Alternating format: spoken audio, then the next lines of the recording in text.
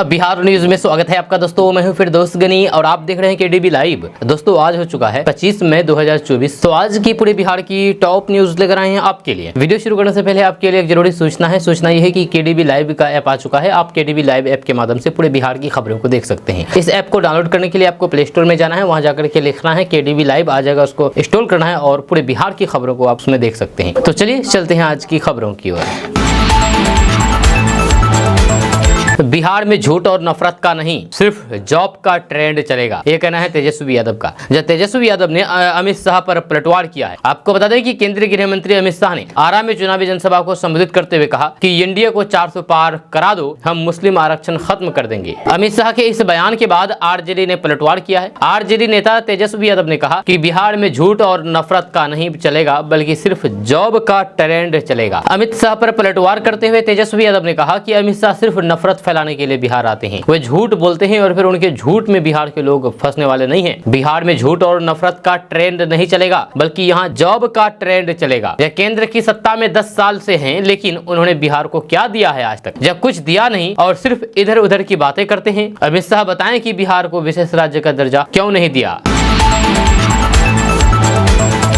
बड़ी खबर बिहार के भागलपुर से सामने आई है। यहाँ पर 2 बच्चे की मां प्रेमी के साथ फरार हो गई। जी आपको बता दूं कि भागलपुर में पति ने कहा कि 2 साल पहले किसी दूसरे प्रेमी के साथ भागी थी, अब जो भागी है आज कोई दूसरे प्रेमी के साथ भागी है। आपको बता दूं कि भागलपुर में 2 बच्चे की मां अपने दूसरे प्रेमी के साथ दूसरी बार फरार हो गई है। इस मामले में शुक्रवार को पति ने थाने में शिकायत दर्ज कराई है। जब पति ने बताया है कि 1 महीने पहले वे अपने प्रेमी के पास चली गई थी। जहाँ पति ने कहा कि वह अपने साथ 2 लाख नगद, 10 भरी चांदी, 1 भरी सोना अपने साथ ले गई है। पति ने बताया है कि 2 साल पहले भी महिला किसी दूसरे प्रेमी के साथ फरार हुई थी। जब उस दौरान उसे वापस मैंने स्वीकार कर लिया था, लेकिन इस बार उसे मैं नहीं अपनाऊंगा। मैं 2 से 3 दिन के अंदर दूसरी शादी कर लूंगा। पूरा मामला भागलपुर जिला के सबौर थाना क्षेत्र के सारधो गांव का है।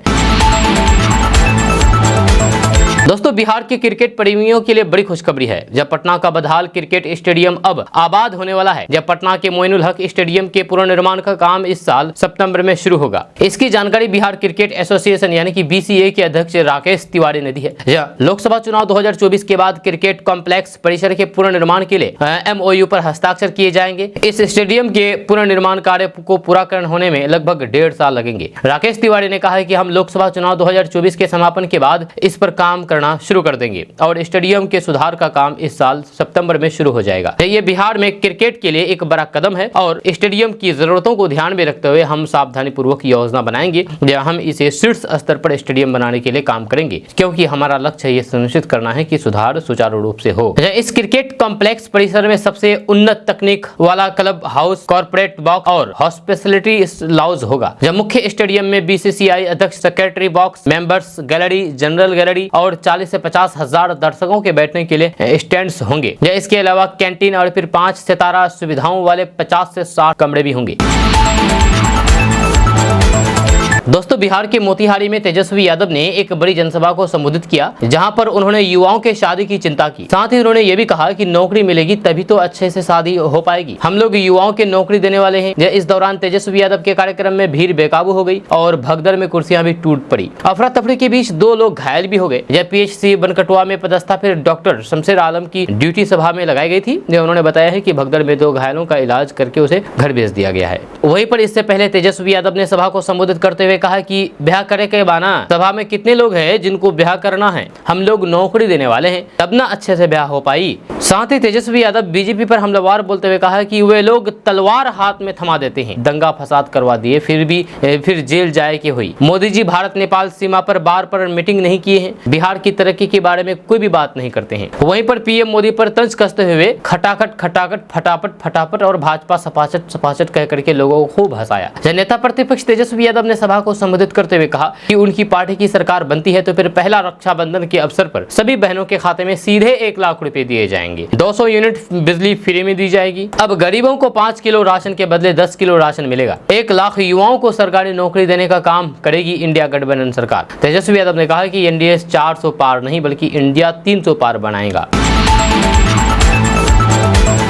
दोस्तों बिहार में अगर आप लीची की खेती करना चाहते हैं तो आपके लिए एक अच्छी खबर सामने आ रही है। ताजा रिपोर्ट के मुताबिक बिहार सरकार एकीकृत बागवानी विकास मिशन के अंतर्गत लीची की खेती के लिए 50,000 रुपए की सब्सिडी उपलब्ध करा रही है। ऐसे में अगर आप किसान हैं और लीची की खेती करना चाहते हैं तो आप इस योजना का लाभ उठा सकते हैं। खबर के अनुसार भागलपुर, मुजफ्फरपुर, पूर्वी चंपारण, समस्तीपुर एवं वैशाली जिले के किसानों को लीची की खेती के लिए सब्सिडी का लाभ दिया जाएगा। अगर आप इसका लाभ लेना चाहते हैं तो फिर ऑनलाइन के द्वारा आवेदन की प्रक्रिया को पूरा करें। आपको बता दूं कि इस योजना के अंतर्गत प्रति हेक्टेयर लीची की खेती के लिए अनुदान की राशि प्रथम वर्ष 30,000 रुपए मिलेगी, जबकि द्वितीय वर्ष 10,000 रुपए एवं तृतीय वर्ष 10,000 रुपए की राशि उपलब्ध कराई जाएगी। इसको लेकर के जानकारी दी गई है।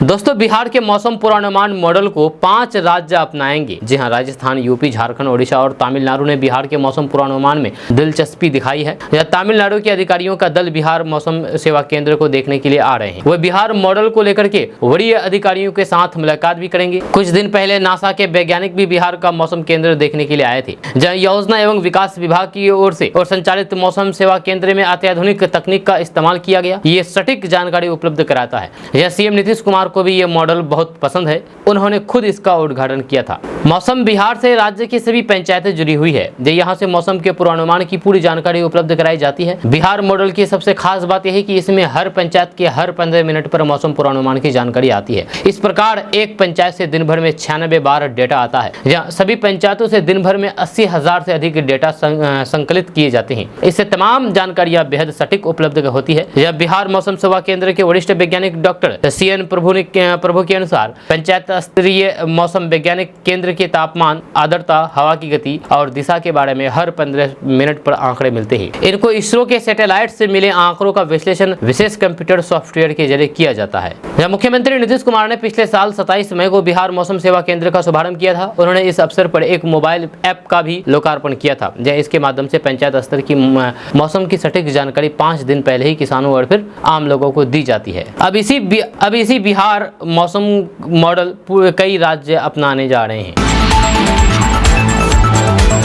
दोस्तों आरजेडी के मुख्य प्रवक्ता मनोज कुमार झा ने शुक्रवार को अधिकारियों को चेताते हुए कहा कि मंत्र और षड्यंत्र के माध्यम से शासन प्रशासन चलाने वाले संविधान से अलग जाकर के कोई भी काम ना करें। मनोज झा ने कहा है कि प्रधानमंत्री बार बार बिहार आ रहे हैं, वे हताश और निराश हो चुके हैं, इसलिए ऐसी भाषा का इस्तेमाल कर रहे हैं कि जो जनता के मुद्दे और फिर जनता के हितों से अलग है। उन्होंने अधिकारियों से कहा है कि डरिए मत और किसी के दबाव में काम मत करिए। जिस व्यक्ति की बात सुन रहे हैं वह व्यक्ति अर्श से फर्श पर जल्द ही आने वाला है। जहाँ सभी अधिकारियों को भारत के संविधान पर विश्वास करके मजबूत संकल्पों के साथ बिना भेदभाव के काम करना चाहिए। मनोज झा ने कहा है कि सच तो यह है कि बिहार में तंत्र मंत्र और फिर षड्यंत्र उनका है और शासन और प्रशासन भी उनका ही है, लेकिन भारत का संविधान सभी को बेहतर ढंग से काम करने का अधिकार देता है। अगर कोई गलत करेगा तो उन पर निगाह है। दोस्तों बिहार के मुजफ्फरपुर में ट्रैफिक के नियम तोड़ने वालों की संख्या लगातार बढ़ती जा रही है। जहां शहरवासी ट्रैफिक नियम को तोड़ करके हर दिन 14 लाख रुपया जुर्माना भर रहे हैं। सिर्फ मुजफ्फरपुर जिले में जिले के लोग हर दिन 14 लाख रुपया जुर्माना भर रहे हैं। जी हां, ICC की पुलिस कंट्रोल रूम से CCTV कैमरे से मॉनिटरिंग करके ट्रैफिक नियम तोड़ने वालों को चिन्हित किया जा रहा है। इनको ऑनलाइन चालान के लिए मैसेज भी भेजा जा रहा है। जब बीते 3 माह के आंकड़ों के अनुसार फाइन का औसत 5 गुना बढ़ गया है। यहाँ फरवरी में यह आंकड़ा 2 से 3 लाख रुपए था, जो अब बढ़कर के 14 लाख रुपए पहुंच गया है। सबसे ज्यादा जुर्माना ट्रैफिक सिग्नल लाइट पर दाहिने साइड से निकलने वालों को लगाया गया है। इसके बाद बगैर हेलमेट बाइक चलाने वालों को से जुर्माना वसूला गया है। पहले शहर में 8 जगहों पर ट्रैफिक लाइट सिग्नल पर CCTV कैमरे से निगरानी हो रही थी। अभी ये संख्या बढ़कर के 18 हो गई है। जब पहले 400 गाड़ियों का जुर्माना लग रहा था, अब ये 1500 गाड़ियों तक पहुंच चुकी है। दोस्तों नीतीश कुमार ने तेजस्वी पर झूठा क्रेडिट लेने का आरोप लगाया है। जी हाँ, उन्होंने कहा है कि हमने युवाओं को 8 लाख नौकरियां दी, लेकिन क्रेडिट ले रहे हैं तेजस्वी यादव। जी हाँ, मुख्यमंत्री नीतीश कुमार ने कहा है कि उनकी सरकार ने पिछले 2 दशकों में महिलाओं के जीवन में क्रांतिकारी बदलाव लाए हैं। जब उन्होंने मतदाताओं को याद दिलाया कि 2005 में राज्य की यानी कि बिहार की बागडोर संभालने से पहले बिहार में विकास के नाम पर कुछ भी नहीं था। जहाँ सभा को संबोधित करते हुए CM नीतीश कुमार ने लोगों को अतीत में राजद के कुशासन के बारे में याद दिलाया। उन्होंने तेजस्वी के सत्ता में रहने के दौरान युवाओं को प्रदान की गई नौकरियों का श्रेय लेने के लिए नेता प्रतिपक्ष तेजस्वी यादव पर भी निशाना साधा है। जय नीतीश कुमार ने कहा कि तेजस्वी का दावा झूठा है, बहुत गड़बड़ करते थे ये लोग, इसलिए मैंने एनडीए खेमे में लौटने का फैसला किया। अब मैं हमेशा के लिए एनडीए में साथ रहूंगा। सीएम नीतीश कुमार ने कहा कि उनकी सरकार ने 2005 और 2020 के बीच युवाओं को 8 लाख नौकरियां प्रदान की है। उन्होंने कहा कि हम युवाओं को नौकरियां प्रदान करना जारी रखे रहे हैं, जहां हम पहले ही 4 लाख नौकरियां दे चुके हैं और जल्द ही 10 लाख नौकरियां देने का लक्ष्य हासिल कर लेंगे। दोस्तों, बंगाल की खाड़ी में हुई हलचल का असर थोड़ा कम होता दिख रहा है और बिहार में बारिश में भी कमी होती जा रही है। आज बिहार के सभी जिलों में मौसम सामान्य रहेगा, लेकिन कुछ जिलों में छिटपुट स्थान पर वर्षा की संभावना जताई गई है। बिहार के पूर्वोत्तर क्षेत्र के सुपौल, अररिया, किशनगंज, सहरसा, मधेपुरा, पूर्णिया और कटिहार जिलों के कुछ स्थानों पर वर्षा का पूर्वानुमान है। इसी प्रकार बिहार के पश्चिम और पश्चिम दक्षिण क्षेत्र में भी कुछ छिटपुट बूंदाबांदी की संभावना है। इनमें पश्चिमी चंपारण, पूर्वी चंपारण, गोपालगंज, सिवान, सारण, बक्सर, भोजपुर, अरवल, कैमूर, रोहतास और औरंगाबाद जिले शामिल है। आपको बता दूं कि बीती रात कैमूर, रोहतास और औरंगाबाद जिले में मेघ गर्जन के साथ वर्षा हुई। इस दौरान हवा की रफ्तार 30 से 40 किलोमीटर प्रति घंटा रही। वहीं पर बिहार के सीतामढ़ी, शिवहर, मधुबनी, मुजफ्फरपुर, दरभंगा, वैशाली, समस्तीपुर, खगड़िया, पटना, बेगूसराय, भागलपुर, मुंगेर, लखीसराय, नालंदा, शेखपुरा, जहानाबाद, नवादा, गया, जमुई और बांका समेत सभी जिलों में मौसम शुष्क रहेगा और फिर यहाँ बारिश की संभावना नहीं है। दोस्तों, बिहार बोर्ड 12वीं का स्क्रूटनी परीक्षा का रिजल्ट घोषित कर दिया है। वे कैंडिडेट जो नतीजे जारी होने के बाद अपने रिजल्ट से खुश नहीं थे और जिन्होंने स्क्रूटनी के लिए अप्लाई किया था, वो इसका परिणाम देखने के लिए ऑफिशियल वेबसाइट पर जा सकते हैं। ऐसा करने के लिए BSEB की आधिकारिक वेबसाइट का पता है intermediate.bsebscrutiny.com। इस परीक्षा के लिए आवेदन 28 मार्च को शुरू हुए थे और फिर 4 अप्रैल तक चले थे। दोस्तों, केंद्रीय गृह मंत्री अमित शाह बिहार दौरे पर पहुंचे। वह इस दौरान आरा के वीर कुंवर सिंह स्टेडियम में भाजपा प्रत्याशी RK सिंह के समर्थन में जनसभा को संबोधित किया। इस दौरान उन्होंने इंडिया गठबंधन पर जमकर के निशाना साधा। केंद्रीय गृह मंत्री अमित शाह ने कहा कि हमें 400 पार कर दूं, मुस्लिम आरक्षण को हम खत्म करके पिछड़ा को देने का काम करेंगे। गृह मंत्री अमित शाह ने विपक्ष पर निशाना साधते हुए कहा कि बिहार में घमंडिया गठबंधन का खाता तक नहीं खुलेगा। 5 चरण में मोदी जी 310 सीट प्राप्त कर चुके हैं। लालू राहुल का सुपड़ा साफ हो चुका है। दोस्तों, लोकसभा चुनाव 2024 के 6ठे चरण का मतदान आज 25 मई को होना है, जहां आज समाप्त हो जाएगी। जब बिहार की 8 लोकसभा सीटों के लिए वोट आज डाले जाएंगे। मतदान को लेकर के बिहार से सटी यूपी और नेपाल की सीमाओं को सील कर दिया गया है। वही संबंधित जिलों में वाहनों की चेकिंग भी तेज कर दी गई है। आज शनिवार को सुबह 6 बजे से 8 संसदीय क्षेत्र में वोटिंग शुरू होगी, जो 6 बजे तक चलेगी। आपको बता दूं कि बिहार की 8 लोकसभा सीटों पर होने वाले मतदान को लेकर के यूपी और फिर नेपाल से सटे बिहार की सीमाओं को सील कर दिया गया है।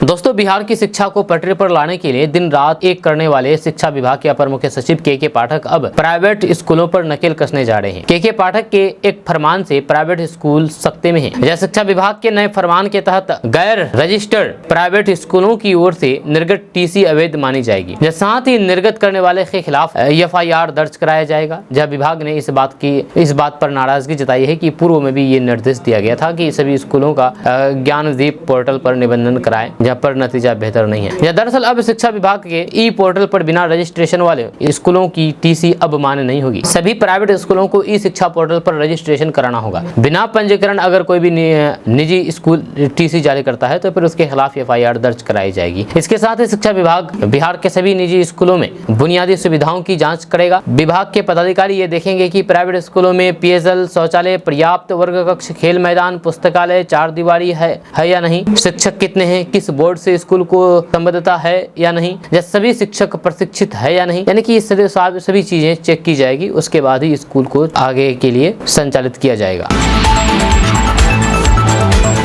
दोस्तों, बिहार में 6ठे चरण के चुनाव में शनिवार को यानी कि आज 8 लोकसभा सीटों पर मतदान होना है। इसमें सिवान, महाराजगंज, वाल्मीकि नगर, पश्चिमी चंपारण, पूर्वी चंपारण, शिवहर, वैशाली और गोपालगंज शामिल है। आपको बता दें कि 8 लोकसभा क्षेत्रों में कुल 86 उम्मीदवार चुनाव लड़ रहे हैं। इनमें 35 उम्मीदवार करोड़पति हैं। चुनाव में 34 निर्दलीय भी मैदान में। इनमें 9 करोड़पति है। इन उम्मीदवारों में 24 उम्मीदवारों पर आपराधिक मामले दर्ज हैं, जिनमें 22 पर गंभीर केस दर्ज हैं, 4 पर हत्या और 3 पर हत्या के प्रयास के मामले दर्ज हैं। एसोसिएशन फॉर डेमोक्रेटिक रेस्पॉन्स यानी कि ADR और फिर बिहार इलेक्शन वॉच के मुताबिक वाल्मीकि नगर से राजद उम्मीदवार दीपक यादव सबसे धनी उम्मीदवार हैं, जहां उन्होंने अपनी संपत्ति 74 करोड़ 87 लाख रुपए से ज्यादा बताई है। दूसरे स्थान पर वैशाली से लोजपा रामविलास की उम्मीदवार वीणा देवी है, जहां इनके जायदाद 46 करोड़ 71 लाख रुपए की है। तीसरे नंबर पर महाराजगंज से कांग्रेस उम्मीदवार आकाश सिंह है, जहां इनकी संपत्ति 36 करोड़ रुपए से ज्यादा है। वैशाली से राजद के टिकट पर चुनाव लड़ रहे विजय कुमार शुक्ला उर्फ मुन्ना शुक्ला धनबल के साथ बाहुबल भी है। इनकी संपत्ति 27 करोड़ 89 लाख रुपए है।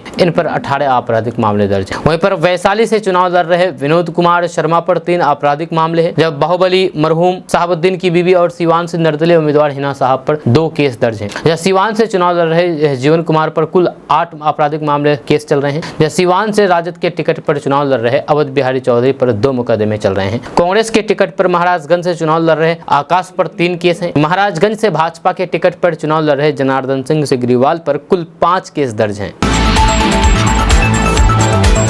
दोस्तों, देश में पेट्रोल और डीजल के दाम अब भी काफी ऊंचाइयों पर बने हुए हैं। जहां चुनाव में विपक्ष की ओर से महंगाई एक बड़ा मुद्दा बना हुआ है। ऐसे में एशिया के सबसे रईस इंसान मुकेश अंबानी अब जल्द ही सरकार की मदद को आगे आ सकते हैं, जब वे रूस से सस्ते में कच्चा तेल दिलाने को लेकर के सरकारी तेल कंपनियों की मदद ले सकते हैं। जब सरकार खुद चाहती है कि रूस से सस्ता तेल खरीदने के लिए भारत की सरकारी और फिर प्राइवेट तेल कंपनियां साथ मिलकर के काम करें। इससे भारत को रूस से ज्यादा डिस्काउंट पाने में मदद मिलेगी। यह यूक्रेन युद्ध के बाद से ही भारत को रूस से सस्ती कीमत पर कच्चे तेल मिल रहा था, जहां इस पर उसे अच्छा डिस्काउंट भी मिल रहा था, जहां लेकिन हाल के दिनों में कच्चे तेल पर मिलने वाला डिस्काउंट कम हो गया है। जहां अब तक भारत को प्रति बैरल $8 की छूट पर मिल रही है, जबकि युद्ध की शुरुआती दिनों में रूस हर बैरल पर $10 की छूट दे रहा था। यूक्रेन युद्ध के चलते भारत को फायदा हो रहा था, जहां पश्चिमी देशों ने यूक्रेन युद्ध के चलते रूस पर प्रतिबंध लगा दिए थे। इसकी वजह से वे अपने सामान को निर्यात नहीं कर पा रहा था, जहां इसका तौर कच्चे तेल पर भारी डिस्काउंट पर देकर के निकाला गया और भारत एवं रूस ने इसका भरपूर फायदा उठाया। हालांकि अब भारत को मिलने वाला मुनाफा कम हो गया है, क्योंकि रूस से कच्चे तेल पर मिलने वाला डिस्काउंट $4 प्रति बैरल तक आ गया है।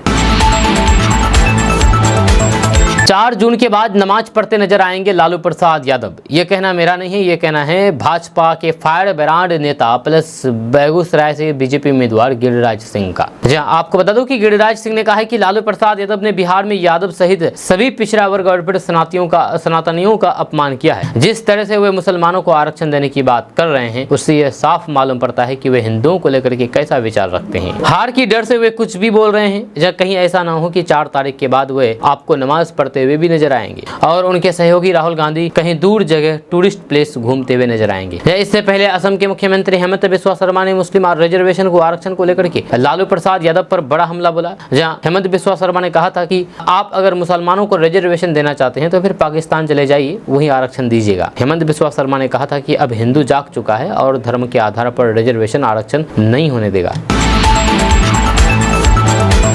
दोस्तों, लोकसभा चुनाव 2024 के लिए बिहार की 40 संसदीय सीटों पर घमासान हो रहा है। बिहार के 7 करोड़ 60 लाख से अधिक मतदाता इन सभी सीटों के प्रत्याशियों का भविष्य तय कर रहे हैं। जब बिहार में मतदान की बात करें तो फिर महिला मतदाताओं की बड़ी अहम भूमिका इस बार भी रहेगी। जहाँ प्रत्याशियों की हार जीत तो तय करने में उनका बड़ा रोल रहेगा, जब पुरुषों की तुलना में महिलाएं अधिक संख्या में घरों से बाहर आ रही है और बूथों पर कतार में लग करके अपने मताधिकार का प्रयोग कर रहे हैं। जब 5वें चरण के मतदान में भी महिलाओं की सम्मानजनक भागीदारी पाई गई है। बिहार में लगभग हर चरण में मतदान में महिला मतदाताओं की भागीदारी बेहद सम्मानजनक पाई गई है। जब मुख्य चुनाव आयुक्त के द्वारा पूर्व में जारी की गई जानकारी के अनुसार बिहार में 3 करोड़ 60 लाख महिला वोटर्स हैं। हर फेज में बूथ पर महिलाओं की लंबी कतार देखी जा रही है। जब वहीं पर मतदान के बाद जारी किए गए आंकड़े बताते हैं कि पुरुषों की तुलना में महिलाओं ने अधिक उत्साह दिखाया और ताबड़तोड़ वोट डाले हैं। यानी कि इस बात से इनकार नहीं किया जा सकता कि प्रत्याशियों की जीत हार में इन आधी आबादी की बड़ी अहम भूमिका होगी।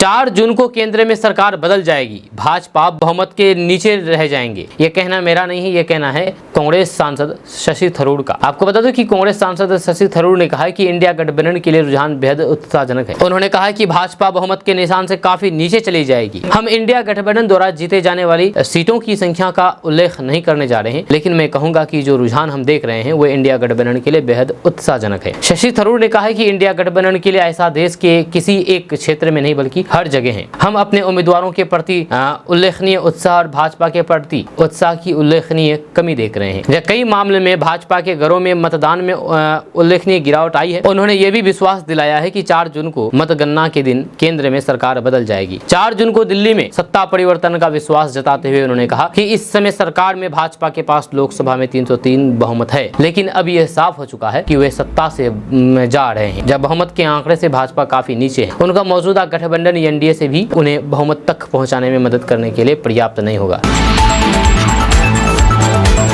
दोस्तों, शनिवार को 8 राज्यों की 58 सीटों पर मतदान होने हैं, यानी कि आज। जैसे जैसे चुनाव आखिरी पड़ाव की तरफ बढ़ रहे हैं, नेताओं की चुनावी जुबानी जंग तेज होती जा रही है। जो गुरुवार को चुनावी रणनीतिकार और जनसुराज के अध्यक्ष प्रशांत किशोर ने बिहार के पूर्व उप मुख्यमंत्री तेजस्वी यादव की राजनीति पर सवाल उठाया और कहा कि तेजस्वी लालू प्रसाद यादव के लड़के हैं, इसलिए लोग उन्हें जानते हैं। आपको बता दूं कि तेजस्वी यादव ने पिछले दिनों चुनावी रणनीतिकार प्रशांत किशोर को भाजपा का एजेंट बताया था। तेजस्वी यादव के इस बयान पर प्रशांत किशोर ने शुक्रवार को कहा कि लालू यादव के लड़के हैं वे, इसलिए सब लोग उन्हें जानते हैं, या उनके लड़के हैं इसलिए राजद के भी नेता हैं। प्रशांत किशोर ने कहा कि तेजस्वी यादव की क्या पहचान, वे 9वीं फेल आदमी हैं। वे क्रिकेट खेलने गए थे तो फिर वहां पर पानी ढोते थे। जब लालू यादव के लड़के हैं इसलिए सब लोग जानते हैं, जब लालू के लड़के हैं इसलिए राजद के नेता भी हैं। जब प्रशांत किशोर ने आगे कहा कि ये लोग सिर्फ उल जुलूल बकवास करते हैं, लोगों को जाति धर्म में बांटा, पैसा शराब बालू का काम किया, पैसा वसूल करके टिकट बांटा, जाति के नाम पर लोग गरीबी मजदूरों मजबूरी में वोट दे देते हैं, उसके बाद ये नेता बन करके ज्ञान दे रहे हैं। जब पिछले दिनों एक इंटरव्यू में प्रशांत किशोर ने दावा किया था कि भाजपा का प्रदर्शन पिछले चुनाव में बेहतर रहने वाला है। आपको बता दूं कि पिछले दिनों एक इंटरव्यू में प्रशांत किशोर ने दावा किया था कि भाजपा का प्रदर्शन पिछले चुनाव से बेहतर रहने वाला है, जिसके बाद तेजस्वी यादव ने उन्हें भाजपा का एजेंट करार दे दिया था। केंद्रीय गृह मंत्री अमित शाह ने शुक्रवार को यहां बिहार के पूर्व मुख्यमंत्री लालू प्रसाद यादव पर निशाना साधा है, जब उन्होंने कहा कि आरजेडी प्रमुख लालू प्रसाद यादव ना तो पिछड़ा वर्गों और फिर ना ही यादव समुदाय के लोगों के कल्याण के लिए कोई काम किया है। अमित शाह ने आरा संसदीय क्षेत्र से अपनी पार्टी के उम्मीदवार आर.के. सिंह के पक्ष में एक चुनावी रैली को संबोधित करते हुए कहा कि अगर घमंडिया गठबंधन का हिस्सा राजद जीतता है तो फिर बिहार में जंगल राज की वापसी होगी। लोग बिहार में जंगल राज, गैंगवार या फिर अपहरण उद्योग की वापसी नहीं चाहते। लालू प्रसाद यादव ने ना तो पिछड़े वर्गों के कल्याण के लिए काम किया है और न ही अपनी जाति यानी कि यादव समुदाय के लोगों के लिए। यादव समुदाय के लोग गलत धारणा रखते हैं कि लालू यादव उनके लिए कोई काम करेंगे। भाजपा के वरिष्ठ नेता अमित शाह ने कहा है कि लालू जी ने अपने 2 बेटों को मंत्री बनवाया, एक बेटी को राज्यसभा भेजा और दूसरी बेटी को लोकसभा का चुनाव लड़ रही है। जब अपनी पत्नी को मुख्यमंत्री बनाया, वे अपनी जाति के लोगों के कल्याण के बारे में नहीं सोचते हैं। जी हाँ, उन्होंने कहा कि कांग्रेस और फिर राजद अनुसूचित जाति, अनुसूचित जनजाति और फिर अन्य पिछड़ा वर्ग के आरक्षण को छीन करके इसे मुसलमानों को देने की कोशिश कर रहे हैं। दोस्तों, राजद नेता तेजस्वी यादव की ओर से नौकरी देने के वादे पर सियासत गर्मा गई है, जब बिहार सरकार के मंत्री विजय चौधरी ने तेजस्वी यादव पर हमला बोलते हुए कहा कि इसमें कोई नई बात है क्या? बिहार की जनता जानते हैं कि कौन नौकरी दे सकता है और किसने नौकरी दिया है। बिहार की जनता उसी को अपना समर्थन देगी। तेजस्वी यादव की ओर से नौकरी दिए जाने से जुड़ा क्रेडिट लेने के सवाल पर विजय चौधरी ने कहा कि वे क्रेडिट नहीं ले रहे हैं, कोशिश करते हैं लेकिन उसमें वे असफल हो रहे हैं। उन्होंने आगे कहा कि जो पद खाली होता है उसकी वैकेंसी आती है, पदों का सृजन कौन करता है? बिना मुख्यमंत्री की अनुमति के कोई भी पद सृजित नहीं होता है, या कोई कुछ भी बयान दे दे, रोका तो नहीं जा सकता। लेकिन बिहार की जनता सच्चाई से वाकिफ है, बिहार की जनता जानती है। जब राजद के राज्यसभा सांसद मनोज झा की ओर से अधिकारियों को रात के अंधेरे में बुलाए जाने के आरोप पर विजय चौधरी ने बड़ी प्रतिक्रिया दी है। उन्होंने कहा कि बिहार सरकार के आला अधिकारी सभी चीजों को अच्छी तरीके से समझते हैं और अपनी जिम्मेदारियों को अच्छी तरीके से निभाते हैं। राज्य सरकार भी यही चाहती है कि अधिकारी निष्पक्ष होकर के अपना काम करें।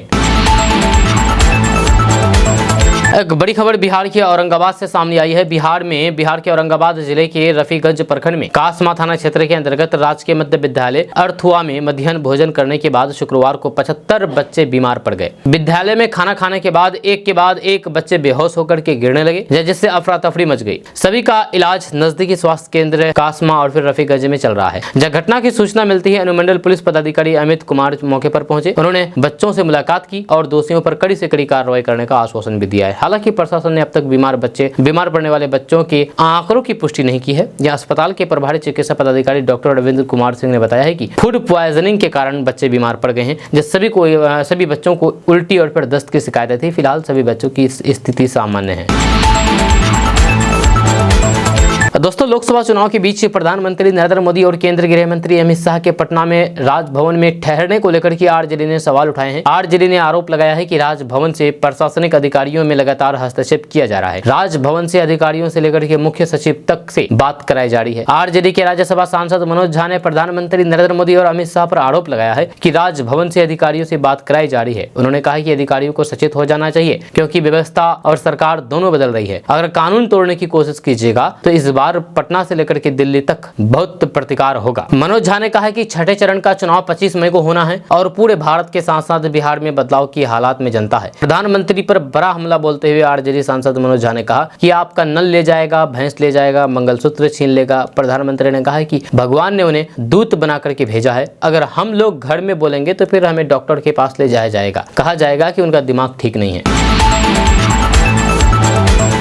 दोस्तों, तेजस्वी यादव ने प्रधानमंत्री नरेंद्र मोदी पर जमकर के निशाना साधा है। उन्होंने कहा है कि पीएम मोदी बिहार इसलिए आ रहे हैं क्योंकि बिहार से उनको गलत फीडबैक मिल रहा है, खराब फीडबैक मिल रहा है, यानी कि बिहार में बीजेपी की हालात खराब है, इसलिए प्रधानमंत्री नरेंद्र मोदी बार बार बिहार आ रहे हैं। आज की जरूरत है नौकरी और रोजगार, नौजवान भटक रहे हैं, पद खाली है। पूरे भारत में 30 लाख नौकरियां तो फिर 70 लाख पद सृजन कर सकते हैं। तेजस्वी ने कहा है कि भाजपा का हाल हो गया है सफाचट सफाचट सफाचट। चुनाव प्रचार से लौटने के बाद मीडिया से बातचीत में उन्होंने आरोप लगाया कि चुनावी रणनीतिकार प्रशांत किशोर भाजपा के एजेंट है। जब भाजपा हारने लगी तो फिर तीसरे चौथे चरण के चुनावों के बाद उनसे माहौल बनाने के लिए बुलवाना शुरू कर दिया। वे भाजपा की मानसिकता के आदमी है, भाजपा इनको घुमा रही है, फंड दे रही है। तेजस्वी यादव ने चिराग पासवान द्वारा नादान बताए जाने पर कहा कि केक काटने में नादानी क्या है, 200 सभा किसी ने किया है क्या? जब नादानी तो वो होती है जिसकी पार्टी छीन ली गई, जब पार्टी को तोड़ दिया गया, घर को छीन लिया गया, फिर भी हनुमान बने हुए फिर रहे हैं। क्या बीजेपी अपने सभाओं में, रोड शो में लोगों को पैसे देकर के बुलाते हैं? हम ये बात इसलिए बोल रहे हैं क्योंकि एक वीडियो सामने आया है जो बिहार में एनडीए सरकार में मौजूद चिराग पासवान की पार्टी के उम्मीदवार के रोड शो के दौरान बीजेपी के विधायक खुलेआम पैसे बांटते हुए दिखाई दिए हैं। जैसे कि आप अपने मोबाइल स्क्रीन पर वीडियो देख रहे हैं, यहाँ पर चिराग पासवान एलजेपी उम्मीदवार वीणा देवी के पक्ष में रोड शो किया था। इस दौरान उनके साथ मौजूद एक विधायक खुलेआम पैसे बांटते हुए दिखाई दे रहे हैं। इसी लेकर के एक वीडियो सोशल मीडिया पर जमकर के वायरल हो रहा है। आरजेडी ने चुनाव आयोग से इस मामले की शिकायत भी की है। यह लोकसभा चुनाव में पैसे बांटने और शराब बांटना कानून अपराध है, उल्लंघन है। यह इसके बाद भी नेता वोटरों को लुभाने के लिए पैसे बांट रहे हैं। इसका ताजा मामला बिहार के वैशाली से सामने आया है, जहां से एनडीए के तहत एलजेपी रामविलास की उम्मीदवार वीणा देवी चुनाव लड़ रही है। एलजेपी रामविलास के अध्यक्ष चिराग पासवान ने वैशाली में एक रोड शो किया। इसमें काफी भीड़ उमड़ी थी। यह रोड शो में चिराग पासवान के साथ उम्मीदवार वीणा देवी और साहिबगंज के विधायक राजू कुमार सिंह थे। चुनाव के दौरान विधायक राजू कुमार सिंह पैसे बांटते हुए नजर आए। विधायक राजू कुमार अपने जेब से पैसे निकाल करके किसी को देते हुए दिखाई दे रहे हैं। जब पैसे देते हुए विधायक कैमरे में कैद हो गए। इसे लेकर के सोशल मीडिया पर अब जम करके वीडियो वायरल हो रहा है। विपक्ष को हमले करने का एक और मौका मिल गया है। आपका इसके बारे में क्या कहना है, नीचे कमेंट बॉक्स में कमेंट करके जरूर बताइएगा। आप इस वीडियो को केडीबी लाइव ऐप में देख रहे हैं, तो ऐसे में आप हमारे पेज को फॉलो कर ले। ऊपर फॉलो बटन दिख रहा होगा, प्रोफाइल का लाल कलर का बटन होगा फॉलो करने का, वहां पर क्लिक करेंगे तो फॉलो हो जाएगा। तो फॉलो करना बिल्कुल भी नहीं भूलिएगा। काराकाट में सियासी माहौल काफी ज्यादा टाइट हो गया है। आपको बता दूं कि बिहार में 5वें चरण का मतदान संपूर्ण हो चुका है और छठे चरण का मतदान होना है। ऐसे में यहाँ भी चुनाव प्रचार खत्म हो चुका है। इसके बाद अब एनडीए और महागठबंधन दोनों का मुख्य फोकस 7वें चरण की सीट पर है। जब बिहार के अंदर 7वें चरण में 8 लोकसभा सीटों पर मतदान होना है, जिसमें एक काराकाट लोकसभा सीट भी शामिल है, जहाँ मुकाबला त्रिकोणीय नजर आ रहा है। ऐसे में अब आज एनडीए कैंडिडेट उपेंद्र कुशवाहा के लिए बिहार के मुख्यमंत्री नीतीश कुमार वोट करने की अपील करते हुए नजर आएंगे। दरअसल मुख्यमंत्री नीतीश कुमार आज काराकाट में उपेंद्र कुशवाहा के लिए वोट मांगेंगे। इसके बाद कल प्रधानमंत्री नरेंद्र मोदी की भी काराकाट में रैली होगी। जहां सीएम नीतीश कुमार काराकाट में अपने पार्टी कार्यकर्ताओं को एक्टिव करने और फिर उपेंद्र कुशवाहा के पक्ष में वोट करने के लिए काराकाट पहुंच रहे हैं। जहां सीएम नीतीश कुमार काराकाट लोकसभा क्षेत्र में पड़ने वाले रोहतास जिले के नोखा प्रखंड में चुनावी जनसभा को संबोधित करेंगे। जानकारी के मुताबिक काराकाट सीट से जदयू ने इस बार उपेंद्र कुशवाहा को दिया है। 2019 में काराकाट लोकसभा सीट से महाबली सिंह जदयू के टिकट पर चुनाव जीते थे, लेकिन इस बार उनका टिकट कट गया और यहां पर इस सीट पर उपेंद्र कुशवाहा को यह सीट मिल गया। काराकाट में पवन सिंह के चुनावी मैदान में निर्दलीय आने के बाद यहां पर लड़ाई दिलचस्प हो गया है। बिहार में लॉ एंड ऑर्डर को लेकर के एक बार फिर से सवाल उठना शुरू हो गए हैं। जब बीते कुछ महीने में बिहार के अलग अलग जिलों में कई आपराधिक घटनाएं हुई हैं, जिसको लेकर के अब एक बार फिर से बिहार की कानून व्यवस्था को लेकर के सत्ता पक्ष के लोग सवाल उठाने लगे हैं। ताजा मामला बिहार के डिप्टी सीएम सम्राट चौधरी ने खुद गुरुवार को मुजफ्फरपुर जिले के वैशाली लोकसभा क्षेत्र के एक चुनावी सभा को संबोधित करते हुए एक बड़ा बयान दिया है। सम्राट चौधरी ने अजय कुशवाहा हत्याकांड में बिहार पुलिस को साफ साफ अल्टीमेट देते हुए कहा कि अगर 48 घंटे के अंदर अजय कुशवाहा के हत्यारे को नहीं पकड़ा गया तो फिर ऐसे पुलिस वालों की वर्दी उतार देंगे। यहां सम्राट चौधरी ने बड़े मंच पर ललकारते हुए कहा कि अगर इस हत्याकांड में आरोपियों की गिरफ्तारी नहीं हुई तो अपराधियों को बचाने वाले ऐसे पुलिस अधिकारियों के शरीर पर वर्दी नहीं होगी। जब ऐसे में जाहिर सी बात है कि डिप्टी सीएम अगर खुद बिहार में लॉ एंड ऑर्डर को लेकर के पुलिस को अल्टीमेट देते हो तो फिर कानून व्यवस्था को लेकर के चर्चा तो जरूर होगी। दरअसल बिहार में गृह विभाग लंबे समय से मुख्यमंत्री नीतीश कुमार के पास है। लॉ एंड ऑर्डर का मामला आमतौर पर गृह विभाग से जुड़ा हुआ होता है। जी हां, ऐसे में सम्राट चौधरी का निशाना कहीं ना कहीं पुलिस तंत्र पर भी है। आपका इसके बारे में क्या कहना है नीचे कमेंट बॉक्स में कमेंट करके जरूर बताइएगा। इस वीडियो को आप, इस न्यूज को आप केडीबी लाइव ऐप में देख रहे हैं, आप हमें फॉलो करना बिल्कुल नहीं भूलेगा। बिहार न्यूज प्रोफाइल को फॉलो करना बिल्कुल भी नहीं भूलेगा। ऊपर लाल कलर का बटन होगा, क्लिक करेंगे तो फॉलो हो जाएंगे। अगर आप इसी तरीके से खबरें पाना चाहते हैं तो आप इस पेज को तो फॉलो करना बिल्कुल नहीं भूलेगा। मिलते हैं नेक्स्ट वीडियो के साथ, तब तक के लिए जय हिंद, जय भारत। लोकसभा चुनाव के छठे चरण से पहले बिहार के डिप्टी सीएम विजय कुमार सिन्हा ने तेजस्वी यादव पर हमला बोला है। उन्होंने कहा कि तेजस्वी बरबोले पिता के बरबोले पुत्र हैं। तेजस्वी यादव ने झूठ बोलने की मास्टर डिग्री ली हुई है और स्कूल ड्रॉप किए हुए हैं। उन्होंने कहा कि जनता के बीच फुहरपन और भय का वातावरण बनाने के लिए उनका पूरा खानदान जाना जाता है। वहीं पर बिहार के डिप्टी सीएम विजय कुमार सिन्हा ने लोकसभा चुनाव को लेकर के बड़ा दावा भी किया है। जो गोपालगंज के डीएम प्रत्याशी और फिर जेडीयू प्रत्याशी आलोक कुमार सुमन के लिए चुनाव प्रचार करने पहुंचे डिप्टी सीएम विजय कुमार सिन्हा ने कहा कि पूरी तरीके से नरेंद्र मोदी की गारंटी पर लोगों को विश्वास है। जब गोपालगंज के जादवपुर विष्णुपुर गांव में रात्रि चौपाल लगाने पहुंचे डिप्टी सीएम विजय कुमार सिन्हा ने कहा कि बिहार की 40 की 40 सीटें एनडीए जीत रही है और फिर नरेंद्र मोदी तीसरी बार देश के प्रधानमंत्री बनने जा रहे हैं। जब देश भर में एनडीए 400 से अधिक सीटें जीतने जा रहा है। पाटलिपुत्र लोकसभा सीट से राजद प्रत्याशी मीसा भारती ने प्रधानमंत्री नरेंद्र मोदी पर जमकर के तंज कसते हुए कहा कि हमने भी मोदी जी जांच करना सीखा है, थोड़ा इंतजार कीजिए, यदि हमारी सरकार बनी तो फिर सबसे पहले इलेक्टोरल बॉन्ड की जांच कराऊंगी। आपको बता दूं कि लोकसभा चुनाव के अंतिम चरण में 1 जून को पाटलिपुत्र, पटना साहिब, नालंदा और फिर बक्सर, सासाराम, काराकाट और जहानाबाद में मतदान होगा। जब 7वें चरण में कुल 8 लोकसभा सीट पर चुनाव होगा। जब चुनाव प्रचार में प्रत्याशियों ने अपनी पूरी ताकत झोंक दी है। राजद सुप्रीमो लालू प्रसाद यादव की बड़ी बेटी मीसा भारती ने सीधा मुकाबला पाटलिपुत्र लोकसभा से एनडीए उम्मीदवार और सांसद रामकृपाल यादव से की है। जब मीसा भारती भी चुनाव प्रचार में लगी हुई है, वहीं पर बेटी के लिए मां राबड़ी देवी भी लोगों से वोट मांग रही है, तो फिर वो भी चुनाव प्रचार कर रही है। चुनाव प्रचार के दौरान मीडिया से बातचीत करते हुए मीसा भारती ने प्रधानमंत्री मोदी पर तंज कसते हुए कहा कि देश में हमारी सरकार बनी तो फिर सबसे पहले इलेक्टोरल बॉन्ड की जांच कराई जाएगी, क्योंकि हमने भी पीएम मोदी से जांच करना सीखा है। इस बार देश की जनता उन्हें मौका देने नहीं जा रही है, भले ही वे 400 पार का नारा क्यों न लगा ले।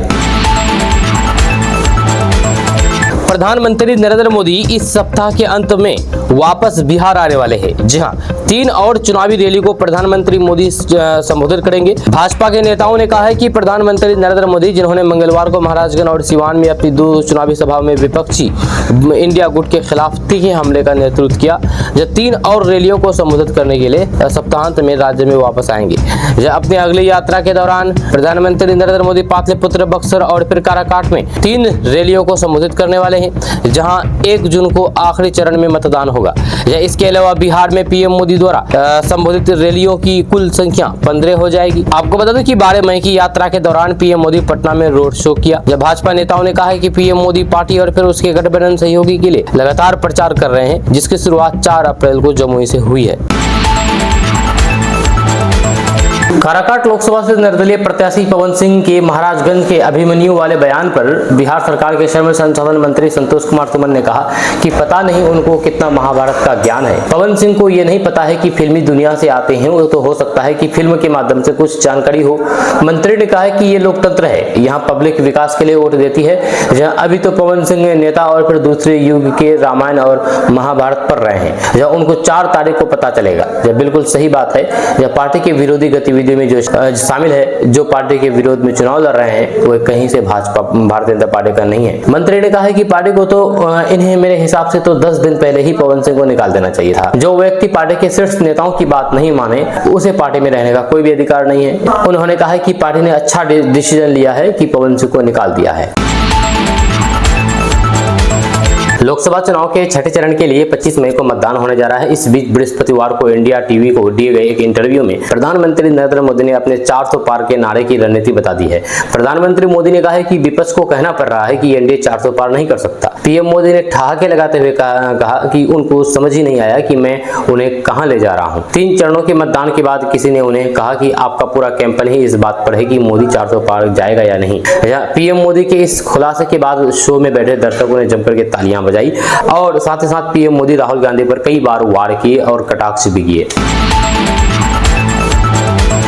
दोस्तों, तेजस्वी यादव ने लोगों से ये मांग की है कि तुम मुझे वोट दो, मैं तुम्हें नौकरी दूंगा। जी हां, तेजस्वी यादव का ये नारा है। अब तेजस्वी यादव की ये नारा खूब ज्यादा वायरल हो रहा है। जी आपको बता दूं कि नेताजी सुभाष चंद्र बोस ने देश को गुलामी की जंजीर से मुक्त कराने के लिए एक नारा दिया था कि वे तुम मुझे खून दो, मैं तुम्हें आजादी दूंगा। इसी तर्ज पर यानी कि इसी पर अब आरजेडी नेता तेजस्वी यादव ने लोगों से कहा और लोगों से कह रहे हैं कि तुम मुझे वोट दो, मैं तुम्हें नौकरी दूंगा। आपको बता दें कि चुनावी लोकसभा को संबोधित करते हुए राजद नेता तेजस्वी यादव कह रहे हैं कि माहौल है एकदम टनाटन टनाटन, बीजेपी हो जाएगी सफाचट सफाचट, महिलाओं को 1 लाख रुपए मिलेगा खटाखट खटाखट, 1 करोड़ नौकरियां मिलेगी फटाफट फटाफट, इंडिया गठबंधन पर वोट पड़ रहा है ठकाठक ठकाठक। वहीं पर चुनावी रैली को संबोधित करने के बाद जब वो पटना एयरपोर्ट पर पहुंचे तो यहाँ पर उन्होंने मीडिया से बात की। जी हाँ, अब Tejashwi Yadav social media platform X पर लोगों से ये मांग कर रहे हैं कि तुम मुझे वोट दो, मैं तुम्हें नौकरी दूंगा, हर वादा पूरा करूंगा, जो कहूंगा वो करूंगा। तेजस्वी यादव लोगों से ये भी लगातार वादा कर रहे हैं कि यदि केंद्र में इंडिया गठबंधन की सरकार बनी तो फिर 1 करोड़ युवाओं को नौकरी देंगी और 5 किलो की जगह 10 किलो अनाज फ्री में देंगे। साथ ही साथ 500 रुपए में गैस सिलेंडर भी देंगे। वहीं पर हर घर को 200 रुपए बिजली फ्री देंगे। किसानों के अनाज के लिए MSP की गारंटी देंगे। दोस्तों, बिहार में 25 मई को 5वें चरण का मतदान होना है। इसको लेकर के न सिर्फ जिला प्रशासन बल्कि चुनाव आयोग भी काफी एक्टिव नजर आ रही है। इसके साथ ही आयोग की तरफ से इस बात का भी ख्याल रखा जा रहा है कि वोटरों को अपना वोट पोल करने में कहीं कोई समस्या ना हो। लिहाजा आयोग को जिला प्रशासन की तरफ से गर्मी के मौसम को ध्यान में रखते हुए मतदान केंद्र में पंडाल बनाए जा रहे हैं। तो फिर इसके साथ ही पीने का ठंडा पानी का और फिर ORS भी दिया जा रहा है। इसका भी व्यवस्था किया गया है। साथ ही साथ अब बूथ पर आने वाले वोटरों को लू ना लगे, इसको लेकर के दवा का भी प्रबंध किया गया है। आपको बता दूं कि दरअसल छठे चरण का मतदान शनिवार को होना है। बिहार में भी 8 सीटों पर वोटिंग होनी है। इस दौरान तेज धूप या फिर लू के डर से मतदाता अपने अधिकार से वंचित न रहे, इसको लेकर के हीट वेव से बचाव के लिए मतदान केंद्र पर होम्योपैथी दवा पिलाई जाएगी, जिससे हीट स्ट्रोक का प्रभाव काफी हद तक कम हो जाएगा। इसको लेकर के राज्य आयुष समिति ने होम्योपैथी दवा ग्लोमिनिया 200 उपलब्ध कराई है। जानकारी के अनुसार ये दवा हीट स्ट्रोक यानी कि लू के लक्षण दिखने पर काफी प्रभावी होती है। इस वक्त छपरा गोलीकांड मामले में बड़ी खबर सामने आ रही है। दरअसल छपरा गोलीकांड मामले में एसआईटी की टीम गुरुवार को बिहार के पूर्व मुख्यमंत्री राबड़ी देवी के आवास पर पहुंची है। मिल रही जानकारी के अनुसार सारण एसपी गौरव मंगल ने छपरा गोलीकांड मामले की जांच के लिए एसआईटी गठित की है। वहीं अब एसआईटी की टीम राबड़ी देवी के आवास पर पहुंची और मामले की पड़ताल में जुटी हुई है। जानकारी के अनुसार रोहिणी आचार्य के साथ राबड़ी देवी के बॉडीगार्ड के घूमने वाले मामले में एसआईटी की टीम अलग अलग एंगल से जांच कर रही है। दरअसल रोहिणी आचार्य की मां राबड़ी देवी के 10 सर्कुलर रोड स्थित सरकारी आवास में आज एसआईटी टीम पहुंची और छपरा गोलीकांड मामले में रोहिणी आचार्य के साथ राबड़ी देवी के बॉडीगार्ड वाले मामले की जांच पड़ताल में जुटी हुई है। आपको बता दूं कि इससे पहले बिहार के डिप्टी सीएम सम्राट चौधरी ने बयान जारी किया था कि रोहिणी के साथ राबड़ी देवी के अंगरक्षक के घूमने की जांच की जाएगी। वहीं पर इस मामले में एसआईटी ने बड़ा एक्शन लेते हुए राबड़ी देवी के आवास पहुंच करके जांच पड़ताल शुरू कर दी है। आपका इसके बारे में क्या कहना है, नीचे कमेंट बॉक्स में कमेंट करके जरूर बताइएगा। इस खबर को आप केटीवी लाइव ऐप में देख रहे हैं। इसी तरीके से अगर आप खबर देखना चाहते हैं तो आप हमें फॉलो कर लें। ऊपर फॉलो बटन दिख रहा होगा आपको रेड कलर का, लाल कलर का, क्लिक करेंगे तो फॉलो हो जाएंगे। तो फॉलो करना बिल्कुल भी नहीं भूलिएगा इसी तरीके से खबरों को पाने के लिए। दोस्तों आज का न्यूज़ बस यहाँ तक। कैसा लगा आपको नीचे कमेंट बॉक्स में कमेंट करके जरूर बताइएगा। साथ ही साथ जाने से पहले आपके लिए एक रिक्वेस्ट है कि केडीबी लाइव का ऐप आ चुका है। आप केडीबी लाइव ऐप के माध्यम से पूरे बिहार की खबरों को देख सकते हैं। अगर आप बिहार के रहने वाले हैं और बिहार की खबरों से इंटरेस्ट रखते हैं तो आप केडीबी लाइव ऐप को इंस्टॉल कर सकते हैं। इस ऐप में बिहार की तमाम तरह खबरें दी जाती है, तो ऐप को इंस्टॉल करना बिल्कुल नहीं भूलिएगा। प्ले स्टोर में जाइएगा, वहाँ जाकर के लिखिए केडीबी लाइव आ जाएगा, उसको इंस्टॉल कीजिए और पूरे बिहार की खबरों को देखिए। सबसे खास बात यह है कि इस ऐप में आप खुद से भी खबरों को पोस्ट कर सकते हैं। जहाँ अगर आपके पास कोई न्यूज़ हो या फिर अगर पास कोई घटना हो जाती है आपकी, तो आप उस खबर को भी केडीबी लाइव ऐप में पोस्ट कर सकते हैं। तो बहुत सारी सुविधाएं दी गई है। इस ऐप में आप अकाउंट बनाना बिल्कुल नहीं भूलिएगा। अकाउंट बनाएंगे तभी आप खबरों को पोस्ट कर पाएंगे, लाइक कर पाएंगे और मैसेज कर पाएंगे। मैसेज का भी सुविधा दी गई है, फॉलो कर पाएंगे आप अगर आप अकाउंट बना लेते हैं। तो अकाउंट बनाना कोई बड़ी बात नहीं है। मोबाइल नंबर, अपना नाम, फोटो देकर के आप अकाउंट बना सकते हैं। मिलते हैं नेक्स्ट वीडियो के साथ, तब तक के लिए जय हिंद, जय भारत।